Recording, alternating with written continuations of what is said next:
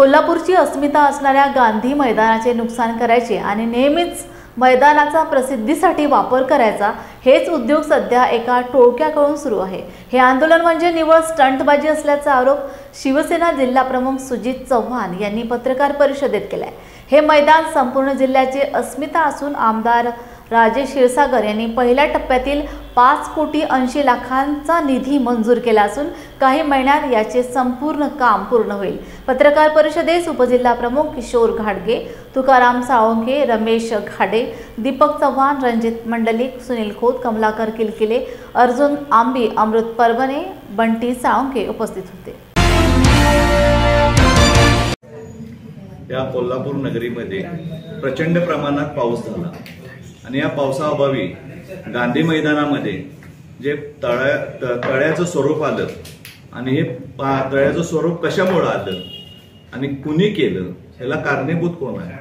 तर मला एवढंच आपल्याला चॅनलच्या माध्यमातून सांगतो की ह्या कोल्हापूर शहरामध्ये असे समाजकंटक आहेत की जाणीवपूर्वक कुठं गाद्या टाकायच्या, कुठं प्लॅस्टिकच्या बाटल्या टाकायच्या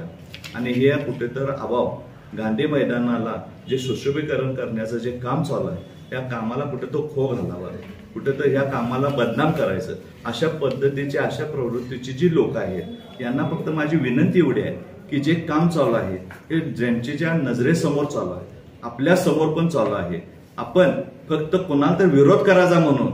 बदनाम करायचं म्हणून जे अशा पद्धतीच्या गोष्टी आपण करताय ह्या चुकीच्या आहेत। माझी आपल्याला विनंती आहे, गांधी मैदान हे पूर्ण कोल्हापूर शहरवासियांचं आहे आणि सर्व खेळाडूंचं आहे,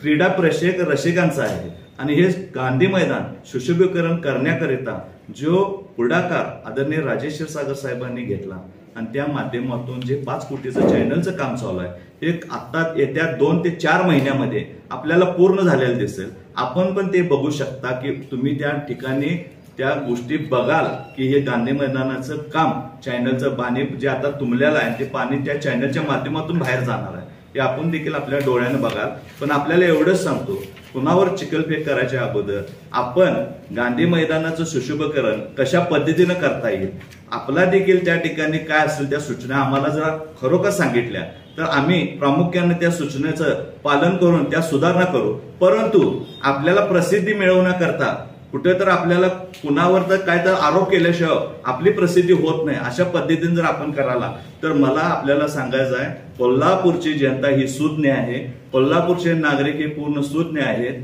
आई महालक्ष्मीच्या नगरीमधले हे सगळे नागरिक आहेत आणि या नागरिकांना खरोखरच आदरणीय राजेश क्षीरसागरांच्यावर विश्वास असल्यामुळं कालच्या विधानसभेला 30,000चं लीड देऊन आशीर्वाद देऊन माननीय राजेश क्षीरसागरांना आपल्याला सेवा करण्याची संधी प्राप्त करून दिली आणि या संधीचं सोनं केल्याशिवाय, कोल्हापूरचा विकास केल्याशिवाय राजेश क्षीरसागर स्वस्थ बसणार नाहीत। आणि याकरता मी आपल्याला एवढंच सांगतो, गांधी मैदान येत्या 6 ते 4 महिन्यात पूर्णपणे पाणी तिथं दिसणार नाही आणि पुढच्या पावसाळ्यात तर दिसणारच नाही, हे मी